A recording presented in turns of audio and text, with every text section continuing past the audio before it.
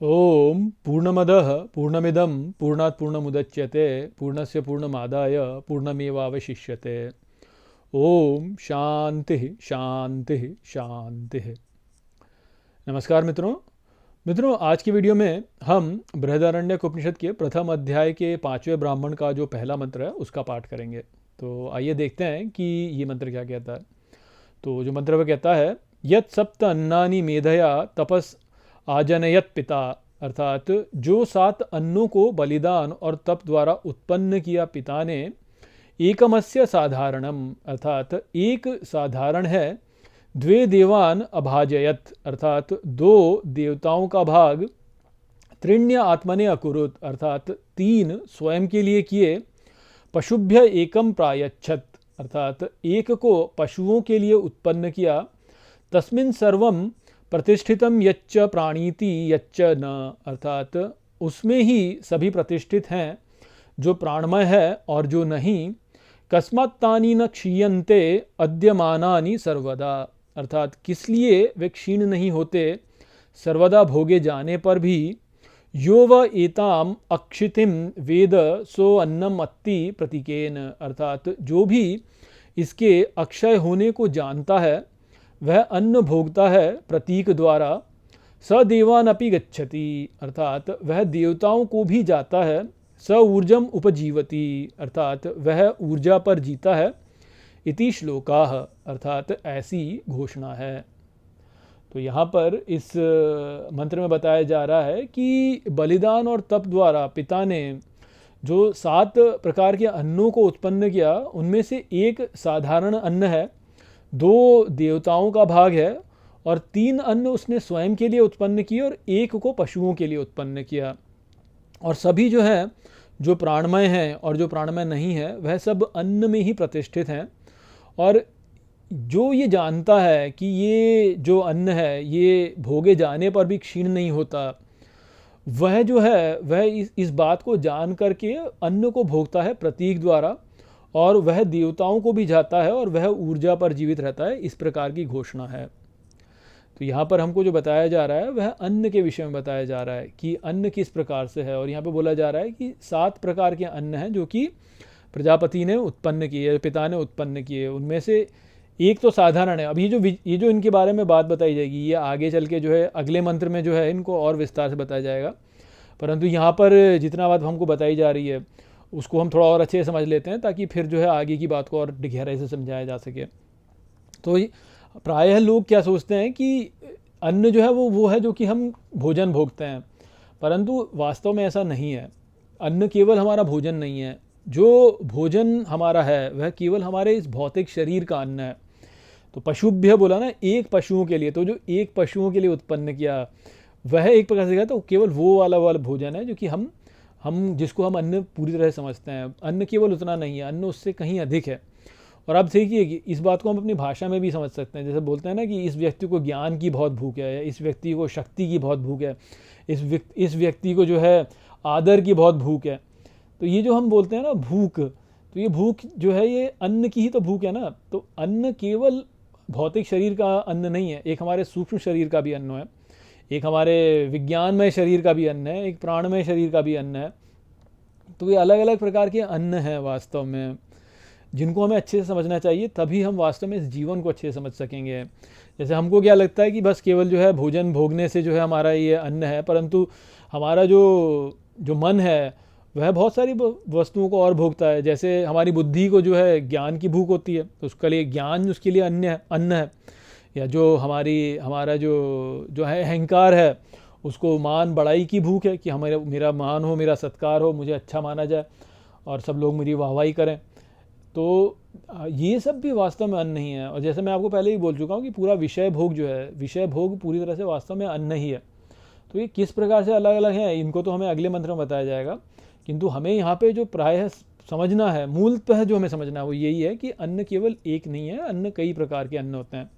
और जो ये अन्न है ये वास्तव में भोगे जाने पर भी नष्ट नहीं होता। जैसे जो भौतिक भोजन है उसमें तो ये बात हमें दिखती नहीं है ना, कि जैसे मान लीजिए आपने लड्डू खा लिया तो लड्डू समाप्त हो गया ना, किंतु लड्डू फिर भी आ जाता है। कैसे आ जाता है कि अन्न जो है उस जो हमारा ग्रेन्स हैं, धान जो है, धान से जो है फिर उससे हम पुनः जो है लड्डू बना सकते हैं।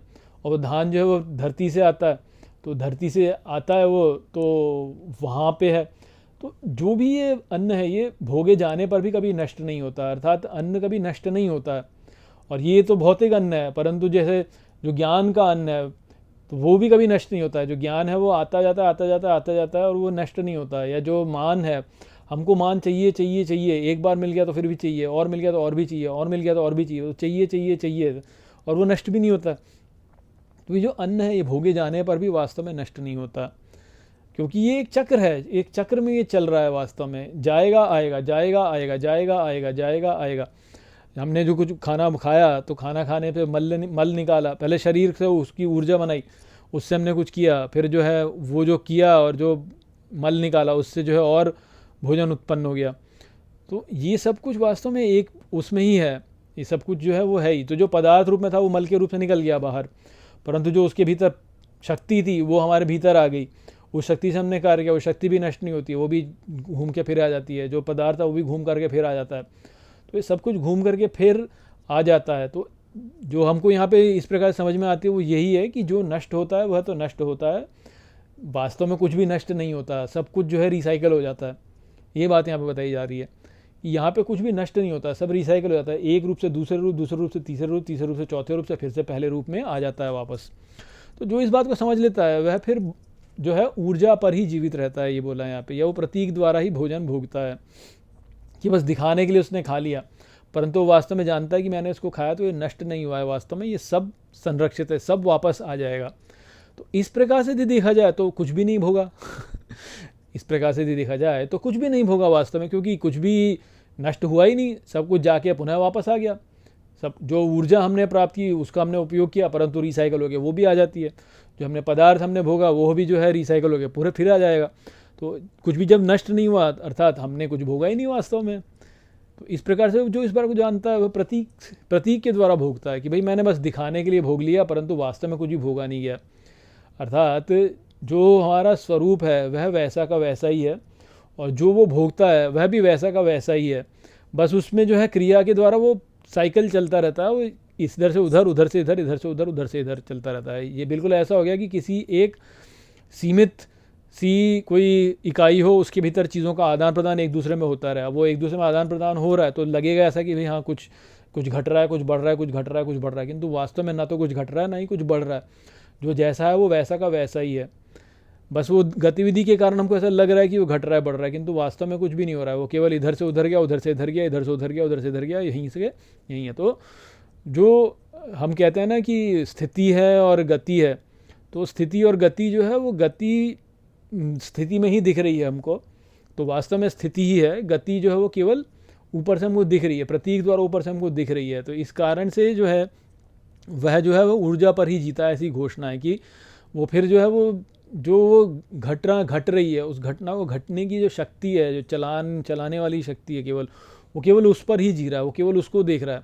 और ये भी देख रहा है कि वह भी कभी नष्ट नहीं होती है, वह भी जो है साइकिल होकर वापस आ जाती है। तो कुछ भी यहाँ पे नष्ट नहीं होता, और कुछ भी यहाँ पे जो है वह उत्पन्न उस प्रकार से नहीं होता है। केवल एक से दूसरे में परिवर्तित होता है, दूसरे से तीसरे में परिवर्तित होता है, तीसरे से फिर वापस घूम करके वो वहीं आ जाता है। तो ये जो चक्र है ये इसी प्रकार से चले जा रहा है, चले जा रहा है, चले जा रहा है, चले जा रहा है, चले जा रहा है। तो इस बात को जो है वो व्यक्ति समझ लेता है। तो इस श्लोक में इतनी बात को समझ लीजिए, और इतनी बात को अपने साथ में रख करके अब हम जो आगे का जो मंत्र है उसका पाठ करेंगे कि ये अलग अलग प्रकार के अन्न कैसे हैं और कैसे इनको हम समझें। क्योंकि प्रायः लोगों को अन्न को लेकर के बहुत सी समस्याएं हैं। यहाँ पे जगत में आप देखेंगे तो लोग अन्न को लेकर के बहुत एक दूसरे में जो है मतभेद करते रहते हैं कि जी ऐसा अन्न भोगना चाहिए, वैसा अन्न भोगना चाहिए, ये भोगना चाहिए, वो भोगना चाहिए, ये ठीक नहीं है, वो ठीक नहीं है। जबकि ऐसी कोई बात वास्तव में है ही नहीं। यहाँ पे बताया जा रहा है कि भाई हम कुछ भोगते ही नहीं, तो हम ये कैसे बोलें कि भाई हम क्या भोग रहे हैं क्या नहीं भोग रहे हैं। जैसे जीवन में हम लोगों को क्या बोला जाता है, आप चारों ओर देखेंगे तो ये बोलेंगे ना कि हर संप्रदाय में ऐसा है कि ये वाला भोजन नहीं भोगना चाहिए, वो वाला भोजन भोगना चाहिए। अलग अलग प्रकार की डाइट्स हैं यहाँ पे। कोई बोलते हैं कि आपको जो है सब कुछ खाना चाहिए, कुछ लोग बोलते हैं कि आपको जो है कुछ ये चीज़ नहीं खानी चाहिए, कुछ लोग बोलते हैं कि आपको नॉन वेज नहीं खाना चाहिए, कुछ लोग बोलते हैं कि नहीं आपको जो है प्याज लहसुन भी नहीं खाना चाहिए। और नॉनवेज खाने वालों में भी बोला जाता है, कुछ बोलते हैं कि आपको जो है बीफ नहीं खाना चाहिए, कुछ लोग बोलते हैं कि आपको पोर्क नहीं खाना चाहिए, कुछ लोग कुछ बोलते हैं, कुछ लोग कुछ बोलते हैं। अब यहाँ पे सब कुछ घपला हुआ पड़ा। कुछ लोग ये बोलते हैं कि आपको दूध नहीं पीना चाहिए, कुछ लोग बोलते हैं कि दूध पी लो जी, कुछ लोग बोलते हैं कि आपको जो है खाने में जो है अधिक मात्रा में कुछ डालना नहीं चाहिए, कुछ लोग बोलते हैं कि नहीं आप ठीक है खा लीजिए। तो बहुत सारे यहाँ पे वो लेकर के जो है ये बातें हैं। तो ये तो केवल हमारा जो भौतिक अन्न है उसको लेकर के ही है वास्तव में, परंतु ये जो झगड़े यहाँ पे होते हैं उन झगड़ों का वास्तव में कोई अर्थ है नहीं। क्योंकि जैसे यहाँ पे बोला कि जो अन्न जो है वह नष्ट होकर के भी नष्ट नहीं होता है, वास्तव में वो वैसा का वैसा ही रहता है। अब आप ही सोचिए, मैं आपको केवल एक नॉन वेजिटेरियन के आधार पे ही बोलता हूँ कि लोग नॉन वेजिटेरियन के अगेंस्ट क्यों जाते हैं। वो कहते हैं कि नॉन वेजिटेरियन इसलिए नहीं बनना चाहिए क्योंकि जब आप नॉन वेजिटेरियन बनते हैं तो आपने एक जीव की हत्या कर दी। परंतु वैसे यदि सोचा जाए तो किसकी हत्या की? हत्या तो होती ही नहीं है यहाँ पे वास्तव में किसी की भी। जो जीव है वो तो मरता ही नहीं कभी, और शरीर जो है वो तो मृत ही है सदा। अब आप बोलो कि नहीं आपने उस जीव को कष्ट दिया, तो भाई आपने उस जीव को कष्ट दिया, परंतु यदि आप उसको वैसे देखें यदि आप तो जो कष्ट देने वाली बात है वो केवल तब तक है जब आपके भीतर एक भाव है कि मैं भोगूं। परंतु यदि आपके भीतर भाव ही नहीं है भोगने का, और वो केवल आपको भोजन की आवश्यकता के कारण आपको वो करना पड़ रहा है, आवश्यकता के कारण आपको वो करना पड़ रहा है, आपका मन नहीं है भोगने का परंतु आवश्यकता के कारण करना पड़ रहा है मान लो आपको, तो उस अवस्था में तो कोई बात नहीं है यहाँ पे। जैसे अर्जुन ने भी तो अपने सभी संबंधियों की हत्या कर दी थी भगवान के कहने पर, तो आवश्यकता के कारण ही तो करना पड़ा ना। ऐसा थोड़ी कि जाके जो है उनको मज़ा आ रहा था मारने में। तो आवश्यकता के कारण यदि आपको ऐसा करना पड़ रहा है, मान लीजिए कि आपको आवश्यकता के कारण नॉनवेज खाना पड़ रहा है, तो अब आवश्यकता के कारण आपने किया तो ये तो मजबूरी है आपकी, तो अब उसमें तो किसी को पीड़ा थोड़ी हुई हो। तो कर्म और वो हो गया ऋणानुबंधन वाली बात हो गई कि कर्मफल वाली बात हो गई वहाँ पे। तो वैसे भी जो आत्मा है, जो जीव का वास्तविक स्वरूप है, उसको तो ना दर्द होता है ना दुख होता है, उसको कुछ भी नहीं होता, वो तो शरीर को होता है बस। तो वैसे देखा जाए तो क्या यहाँ पे क्या हुआ? कुछ भी नहीं हुआ। जो जीव था वो तो चला गया, वो तो वैसे भी मरने वाला नहीं था, वो तो सदा कभी मर ही नहीं सकता, ना ही वो कभी दुख अनुभव कर सकता है, तो उसको तो कुछ नहीं हुआ। और शरीर है, शरीर तो मरा ही है, पहले से ही मरा हुआ है, तो वो तो वैसे भी मरा है। तो समस्या केवल नॉनवेज के साथ में जो समस्या है वो केवल ये है कि यदि आप स्वाद के लिए नॉनवेज खा रहे हो कि भाई हाँ मुझे स्वाद में मज़ा आता है, भाई मुझे तो मटन खाने में मज़ा आता है, तब आप खा रहे हो उसको, तो उसमें समस्या है। परंतु उसमें फिर आप यदि आप वेजिटेरियन खाना भी खा रहे हैं तो भी समस्या है। फिर उसमें स्वाद के लिए खा रहे हैं आप, यदि आप स्वाद के लिए यदि रसगुल्ला खा रहे हैं तो वहाँ पे भी समस्या है फिर आपको। हाँ, हो सकता है कि पाप पुण्य अधिक हो, कैसा भी हो, किंतु यदि मूल में समझा जाए तो वो वाली बातें यहाँ पे। तो ये अन्न को लेकर के बहुत यहाँ पे कन्फ्यूजन हो रखा है लोगों को।